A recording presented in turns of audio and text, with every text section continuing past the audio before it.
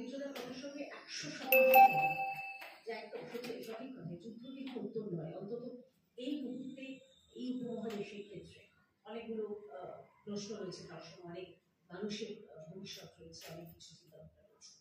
কিন্তু একটা কথা আমি জিজ্ঞাসা করছি, এটা আমার কোথাও কৌতূহল বসত, যেটা আপনি বললেন যে ভারতের পতাকা যে ছাত্রছাত্রীরা মারিয়ে যাচ্ছে, বা ওই আমরা যে ছবিটা দেখেছিলাম ভাইরাল হয়েছিল, সেটা নিঃসন্দেহে আপনি যেটা বলছেন নিঃসন্দেহে হতে পারে যে মোহাম্মদ ইউনূসের হয়তো কোনো অনুমোদন নেই, কিন্তু যারা করেছেন তাদের বিরুদ্ধে কোনো ব্যবস্থা নেওয়া হয়েছে বিশ্ববিদ্যালয়ের কর্তৃপক্ষ থেকে, ছাত্রছাত্রীদের কোনো গ্রেফতারি করা হয়েছে? আমি মানছি তাদের বিরুদ্ধে ব্যবস্থা নেওয়া উচিত ছিল, এবং ব্যবস্থা সেই রকম শক্তি মোহাম্মদ ইউনূস দেখাতে পারেননি। এটা তাদের রাষ্ট্রীয় প্রশাসনিক ব্যর্থতা। তার জন্য আমরা তাদের নিন্দা করতেই পারি, ধিক্কার দিতেই পারি। তাতে আমাদের দিকটাও দেখতে হবে যে আমরা কোথায় দাঁড়িয়ে আছি। আমাদের যে ধরুন